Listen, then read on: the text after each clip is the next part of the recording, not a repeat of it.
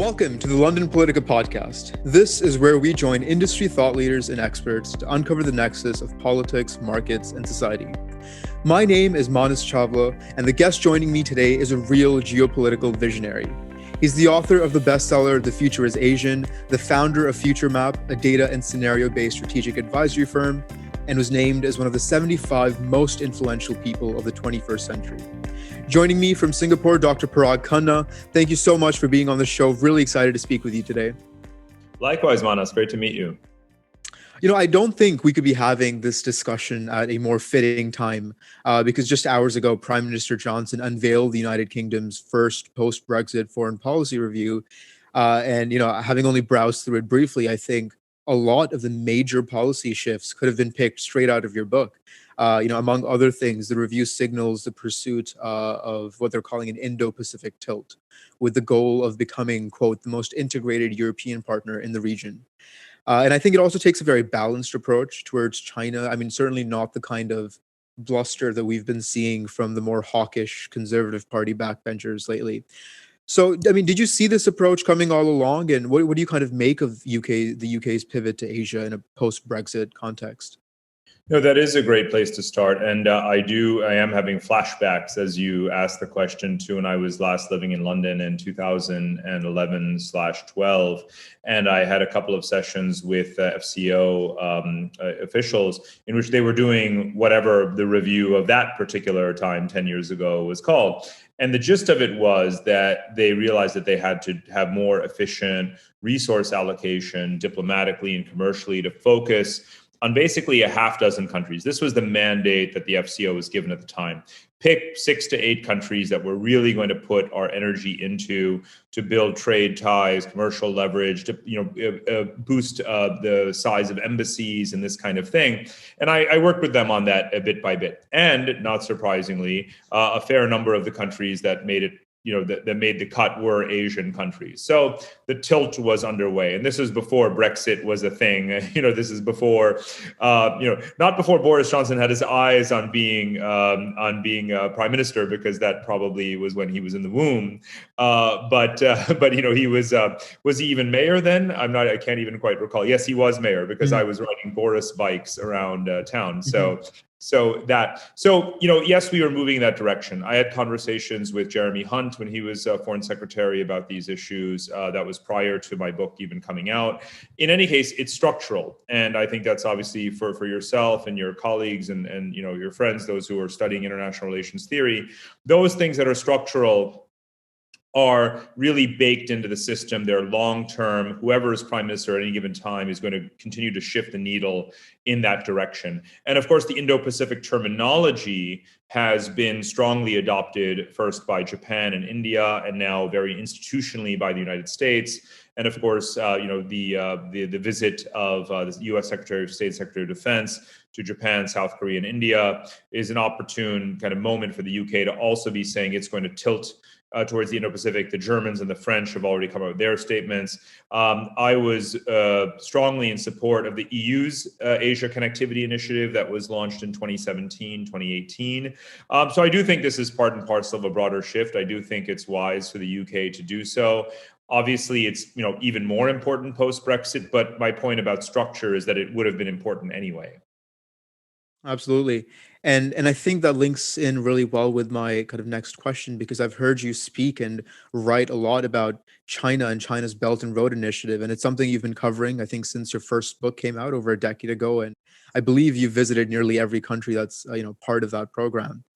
And I don't get the sense that you're too happy with the mainstream narrative that's coming along among Western commentators that sort of dismisses China's BRI project as some, grand conspiratorial plot for hegemony, where China uses debt trap diplomacy to cripple smaller countries and integrate them into its so-called sphere of influence. A couple of weeks ago, I was in one of my classes at the LSE. One of my professors, I won't name them, sort of explicitly labeled the BRI scheme as a neo-colonial institution. You've been advocating for a very long time for an alternative perspective. Could you outline what that is and how your experience, traveling to all of these countries has shaped that narrative? Sure. Well, I mean, I think that a British academic would know colonialism when they see it. So, so in fact, that makes it that much more ironic to call it that. It is neo-mercantile, but it's not neo-colonial. And that's a very, very common mistake to look at it through the prism, not of geopolitics, because it is geopolitical. It's highly geopolitical. It's intensely geopolitical, but that doesn't make it neo-colonial because the quest for direct administration of foreign societies, which is one good rough and ready understanding of what colonialism is, would not fit the description here. China, for example, is perfectly willing to abandon societies entirely if it no longer suits their supply chain interests and needs as sources of raw materials or as geographical gateways. And that's what we see happening in Africa right now. Africa has been massively demoted in the latest round of a BRI related allocation from Chinese investment and development institutions, right, in favor of China's own immediate Asian periphery. So, again, but we don't need to get to nomenclature too much. But again, get to the point that it is very geopolitical. It is Chinese grand strategy. It is as important as China's military modernization, development of aircraft carriers and submarines, and ballistic missiles and expanding its nuclear arsenal is Belt and Road, right? That doesn't mean, however, that when we look at it, we should see a linear pathway to success, right?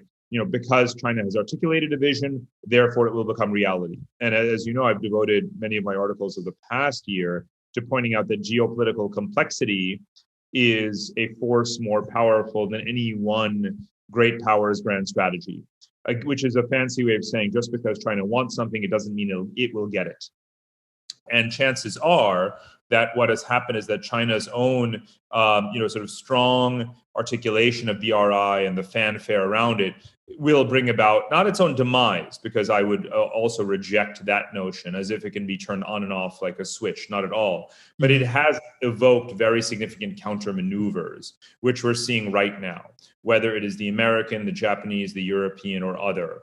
And there obviously is now bilaterally a huge amount of suspicion about China in so many of these quarters, whether it is because of debt trap diplomacy, whether it is because of sanctions and strong arming and other kinds of again tiffs that countries are having over their borders and so forth. So I advocate a view that is what I think is best termed equilibrium, right? China has its legitimate interests. A lot of countries need Chinese investments. They need Chinese built cheap infrastructure or high quality infrastructure at a low price. They do have to take on debt, but if you're going to take on debt for something, it should be necessary infrastructure. It is a platform for growth, undeniably. And it's been a failure, market failure of the international community for the last 75 years. So quite frankly, I applaud China for launching something known as the Belt and Road Initiative that contributes to the process of global infrastructure finance. That doesn't mean that I condone debt trap diplomacy or using it as a tool of neo-mercantile advantage, not at all. But do developing countries need infrastructure finance? Yes. But now there's a much more competitive marketplace for it. And China will play a role in it, but it won't dominate it. And I think that's a good thing. A perfect analogy is Huawei. Huawei at its peak represented 35% of the global market for telecommunications equipment. It's now fallen to 20% pretty much overnight as a result of the counter maneuvers. So that's the equilibrium we're looking for. We don't want to have any kind of monopolistic players in any marketplace as a rule, whether it's rare earth minerals, whether it's infrastructure finance, or whether it's 5G. Yeah, no, super interesting. I mean, you raised some really interesting ideas, but I do kind of want to push on that point a bit more broadly because I think a lot of people are going to be listening to this and they're going to say, fair enough, maybe the BRI isn't a neo-colonial project, and certainly it's great that all of these countries in Central Asia and elsewhere are getting the financing for the infrastructure that they need so critically. But isn't it problematic that China is the one doing that? That, it's the same authoritarian country that's put over 1 million Uyghur Muslims in detention centers. It's, crushed dissent in Hong Kong, regularly stifles free speech. If this is the country that's gaining the necessary geopolitical uh, influence and soft power among the developing world, when it's able to leverage that power and influence to underwrite a system that erodes our liberal democratic norms and institutions that we've relied on for the last few decades. I mean, that seems a little bit scary to me. Does that worry you? Well, the kinds of countries that China is most, influential in are not liberal democracies. They're not Western liberal democracies. They're not liberal democracies at all. So, as I've recently pointed out, these countries don't need China's, surveillance systems per se to be authoritarian or to have authoritarian tendencies, right? And they can buy that technology from American companies or Israeli companies or other companies. So let's be clear about causality, right? The world is not a community of again, modern, developed, westernized, liberal democracies, with the exception of China, right? It's mostly not countries that are credible Western liberal democracies. So we have to appreciate all the shades of gray. Secondly, for China, this is much more a geography than about proselytizing Chinese values, right? We need to be clear about that because, again, this is not a colonial enterprise. It's purely about supply chains. As you know, I devoted an entire book just to looking at infrastructure and supply chains as the key driver of many geopolitical decisions historically and in the future. And China fits into that category. China is not interested in your political system. It couldn't care less, right? It's only interested in the rocks beneath your feet, or having you as a market to buy its excess, goods. And there is a logic. There is one of the, theories, more than a theory, but one of, if you were to list 10 motivations why China has done BRI, one of the top 5 would be this idea of just dumping excess capacity of its steel industry and other industries onto neighboring countries, right? In addition to the more important factors, which are having alternative trade routes to the dependency of the Strait of Malacca choke point, more overland routes to reach its largest export destination, which is Europe, and so on and so forth. So this should be viewed in a much more material way rather than an ideological way, first and foremost. If you don't understand the material aspects, then you're prone to being highly polemical about this rather than understanding the facts from China's point of view, which are very largely geographically determined. Now, again, when it comes to soft power and spheres of influence, again, these things can change very, very quickly. A government that's heavily indebted to China can realize, maybe too late, but certainly also in time, that it needs to diversify its trade relationships. Now, I've spent the last 15 plus years going to countries where the leaders tell me that our strategy is A, B, C, anyone but China. But if no one shows up except China, I have to do business with China. Right? Myanmar has found itself in that trap. Number of Central Asian countries, Mongolia, smaller, weaker, commodities-dependent countries with, unreliable governments are not going to be darlings of capital markets, right? They're not going to have lots of trade partners. They're not going to have lots of foreign investors. So China becomes their largest partner by default. You must follow, if you want to undermine Belt and Road, or if you feel that it is going to dilute or undermine the prospects for democratization in these countries, you have to put your money where your mouth is. And that's another phrase that I commonly use to put this in layman's terms, right? Denouncing China in a country that's desperate for, basic telecommunications equipment or roads and railways, and those are not being financed by Western institutions. If you're not putting your money where your mouth is, you're basically just writing an op-ed, right? And you're not really achieving anything. And what's happening now, and what I'm very, very pleased to see, is that the West is putting its money where its mouth is. It's saying China wants to buy your electricity grid. Hold on. We'll give you a better deal, right? Chinese development banks are offering, 4% interest rates. We'll get it down to 1.5. China wants to buy the port of Trieste in Italy. Hold on. Germany and France and other countries will get together and they'll buy the port instead, right? Put your money where your mouth is and be prepared to be putting your money where your mouth is for the next 50 years. And if you want to talk about, not again how to defeat Belt and Road, because you don't want to defeat infrastructure finance. You want there to be, if you travel to many of these countries as I have, you'd be very glad that you're driving on a Chinese road, right? Because they actually make good roads and no one else made that road. So ergo, if you wanted to go to that country and actually get around, you should be grateful for the Chinese road. Again, there's nothing wrong per se with the desire to build the right infrastructure in the right place at the right time, especially when it's decades overdue. But if you don't want China to do it, then you have to offer something that's faster, better, cheaper. Mm-hmm. And I think this is very relevant to a piece you wrote, a few years ago. A very intriguing piece where you said that the new arms race was essentially going to be over infrastructure and connectivity, and that at least then the United States was steadily losing ground, whereas China's obviously going well beyond to invest in and connect a lot of its neighbors. Could you break down what that infrastructure race is and why it's so important in this context? Right. So infrastructure arms race is very much the term that I would use to describe this process of when it comes to the Eurasian geography over the last 30 years since the collapse of the Soviet Union, which was 1991. Europe and the European Bank for Reconstruction and Development spent so much invested so much in modernizing Eastern Europe and building railways and pipelines and so forth all the way to the Caucasus, investing a lot in Russia and Central Asia as well. The Japanese did as well with JBIC and through their sponsorship of the Asian Development Bank. And then you have China and Belt and Road, right? So you already have a marketplace, but China came on very, very strong. The infrastructure arms race is now everyone else getting involved. You have Australia and New Zealand in a partnership with the United States, the so-called Blue Dot Network. You have Japan and India talking about the connectivity corridors. As I mentioned earlier, the European Union with their Asia Connectivity Initiative, and the EU and Japan with the Sustainable Infrastructure Finance Initiative. All of these more recent constructs have only emerged in the last 3 years. Please ask yourself why. If Belt and Road had never existed, would anyone in Brussels or London or Washington have cared at all to do these things? Of Mm. course not. All of it is a response to China, which is fine, right? But let's acknowledge that fact. And so the arms race has been kicked off, if you will, by China, which is why it will not win the arms race, because it has first mover advantage in some areas, but the sum total of all of the forces, diplomatic, strategic, just look at the Quad arrangement militarily, again, all of the new defense acquisition procurement, soft alliance kinds of your coalitions that are building, plus all of the new financial flows into these countries, plus their own suspicion of China.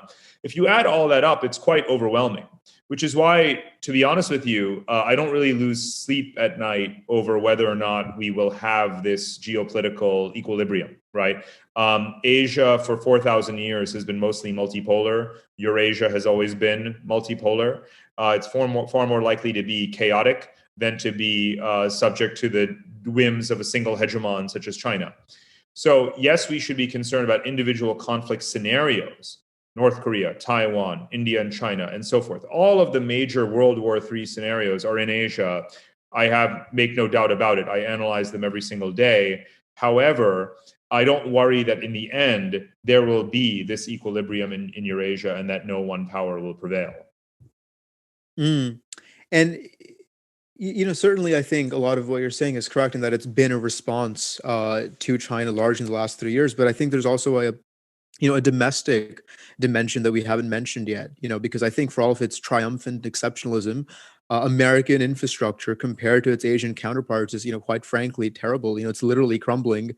And I think every 4 years, the American Civil Society of Engineers comes up with a rating of America's vital infrastructure. I think last time they gave it a D plus, which isn't very good, especially from I an don't Asian even know what a perspective. D plus is. I'm just really glad I never got one. Absolutely. But there's also something else I read that was something about how America would, need to spend something like $2 trillion of the next decade just to get its roads in fighting shape.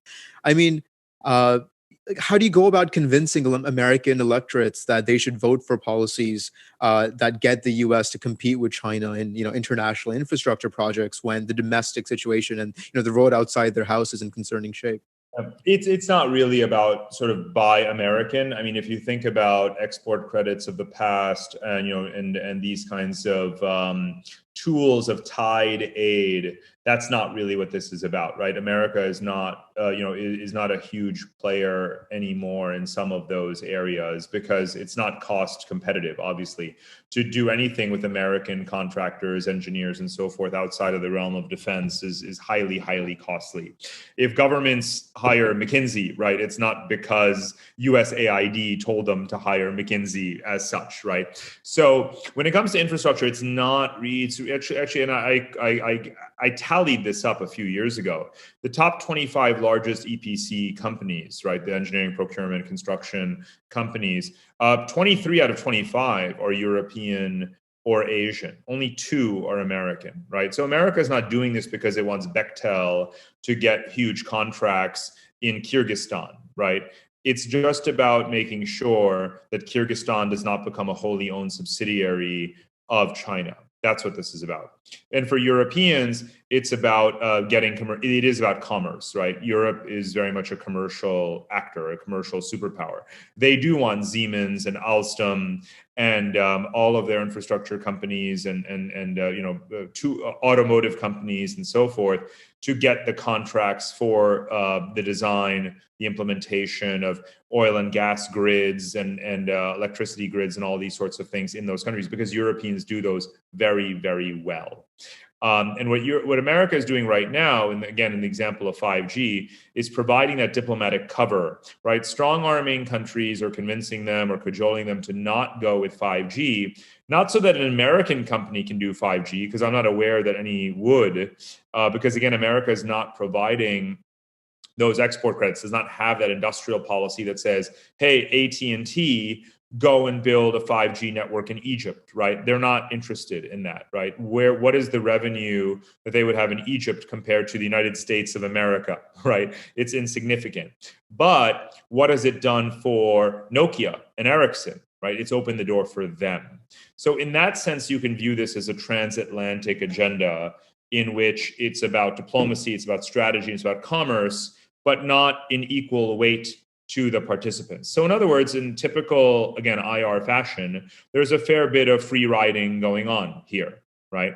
And Europe is happy to be a free rider on America's, diplomatic cajoling to boost its commercial opportunities in these markets. And the bargain or the calculation that quite a few European governments have made in joining either BRI or AIIB is that they would have greater access to these deals. Now, when we see year after year that the majority of contracts for infrastructure projects in Ethiopia or in Bangladesh or in Kazakhstan or in Serbia or whatever have gone to Chinese firms, that's when Europeans say, hey, wait a minute, here is evidence that this is not a fair and equitable thing. This is not a big tent the way China has proclaimed.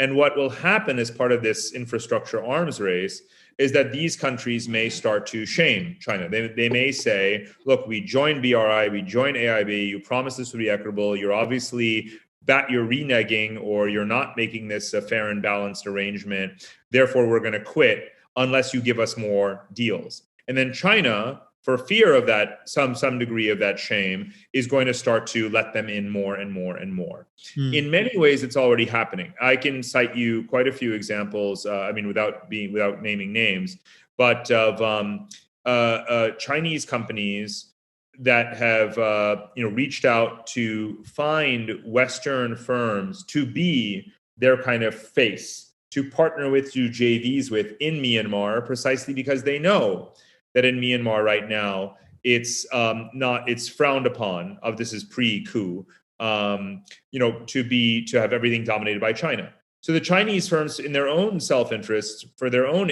preservation of their own image, in order to get contracts, actually are trying to partner with Western firms. So again, this is not a one-way street, right? The world of BRI and the dynamics within it look very different today than they did in 2016. In 2016, everyone was saying this is a Chinese neo-colonial plot to take over the world and nothing is getting in their way.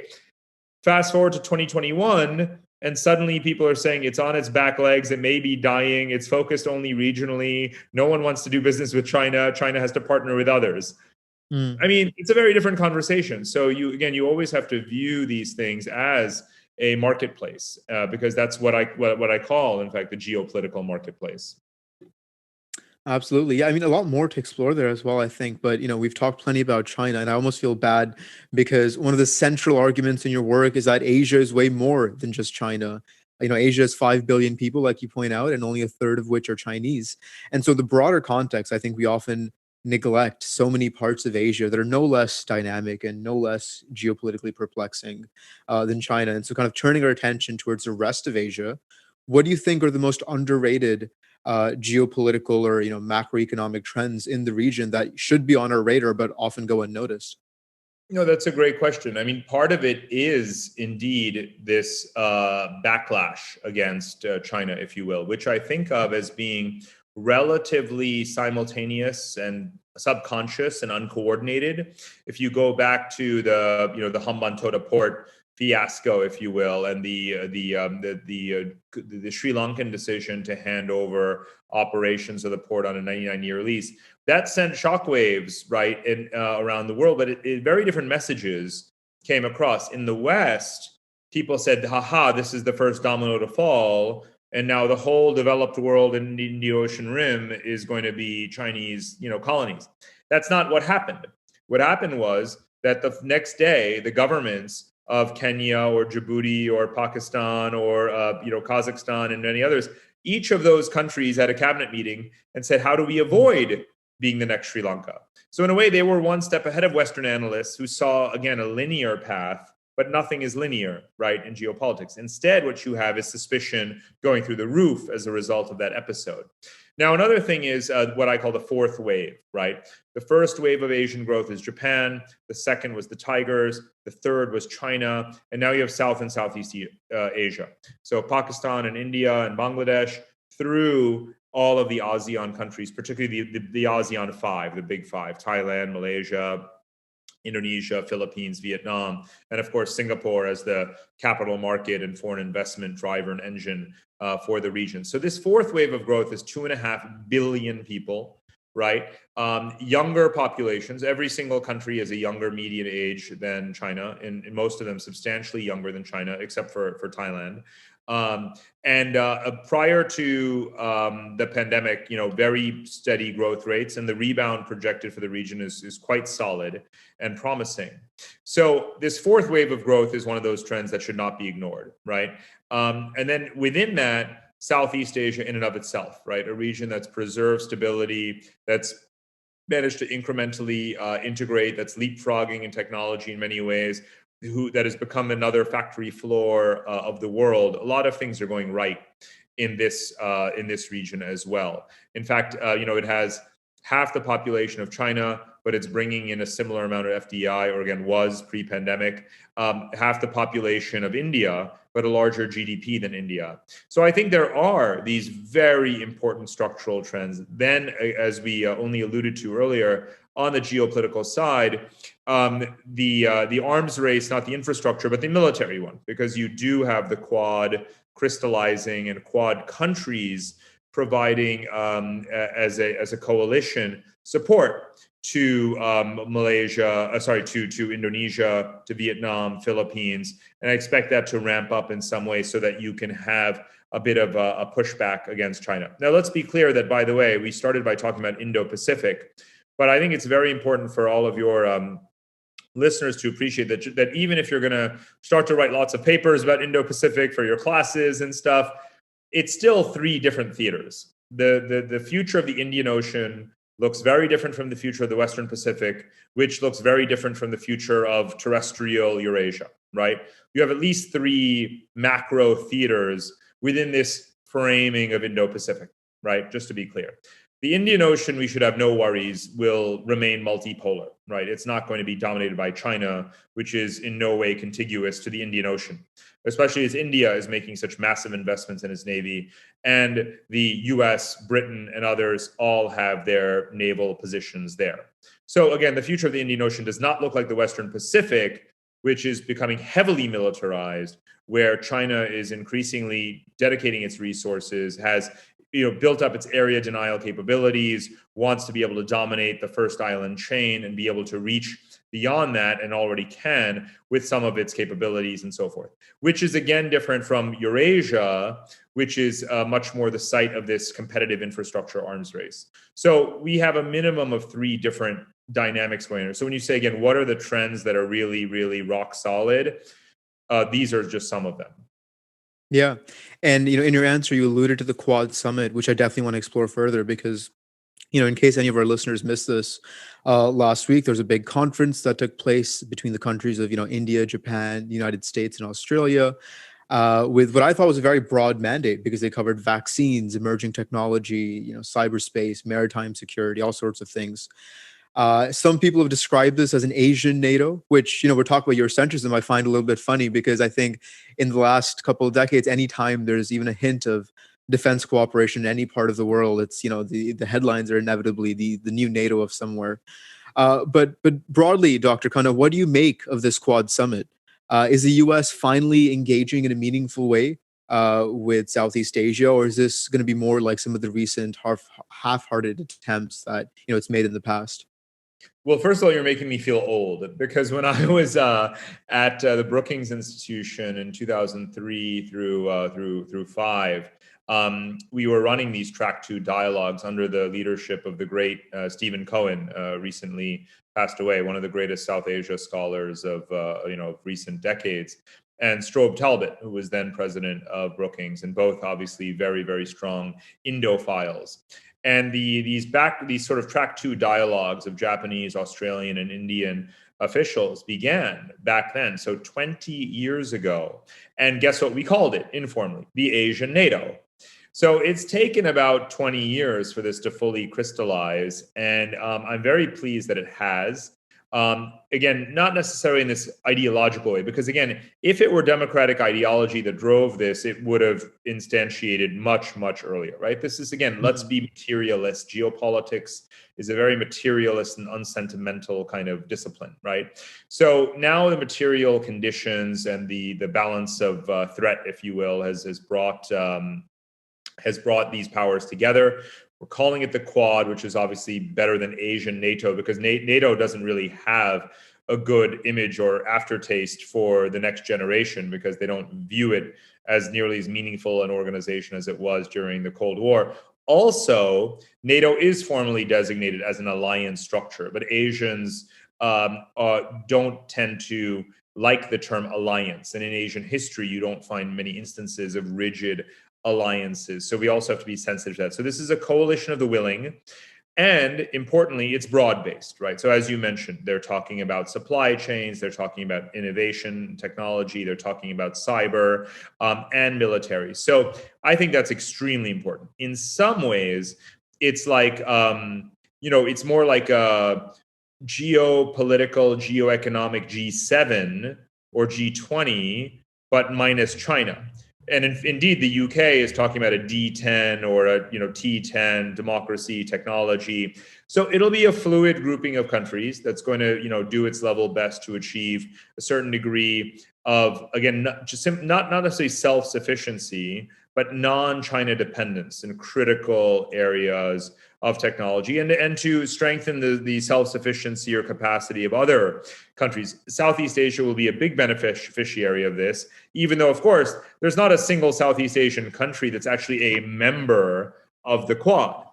But obviously, you're going to want to be ensuring that you're producing your car parts and semiconductors and medical equipment in Thailand or Indonesia or the Philippines or Vietnam, not in China.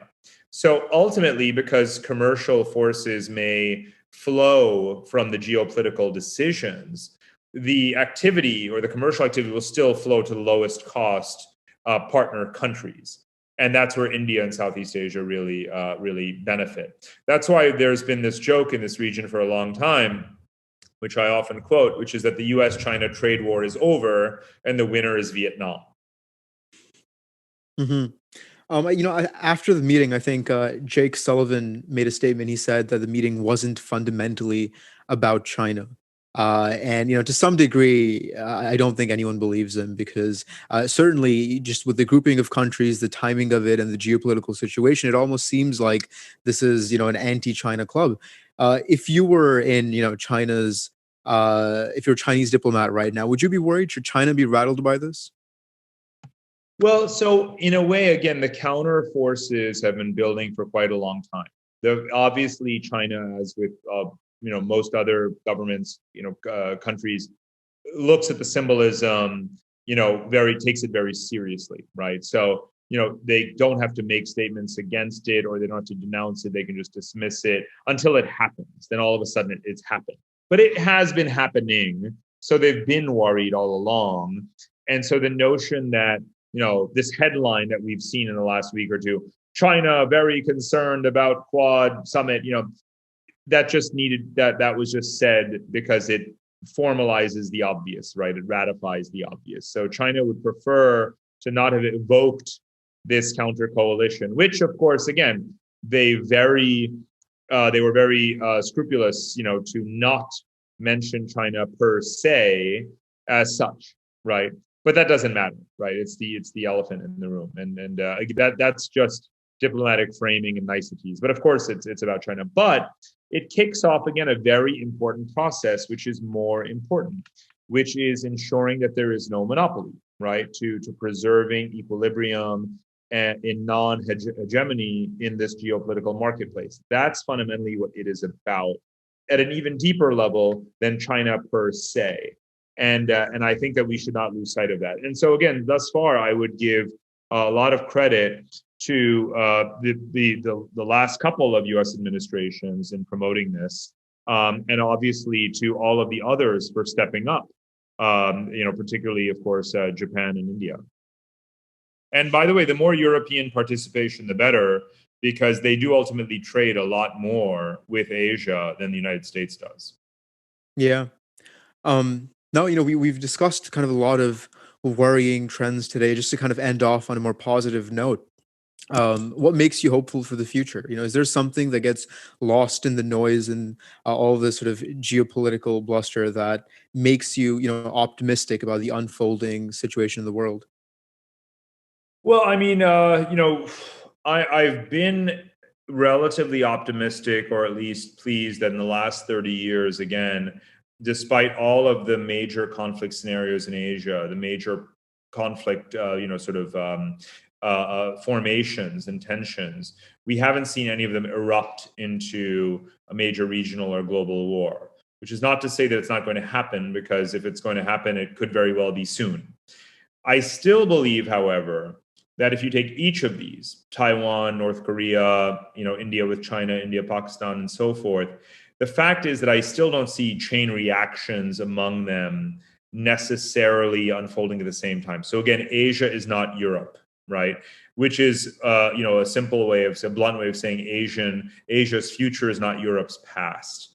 And the dominant frame that so many scholars and intellectuals and commentators have used to project scenarios for Asia's geopolitical future has been Europe's past.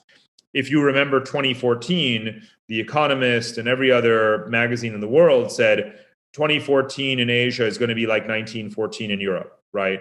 You have these,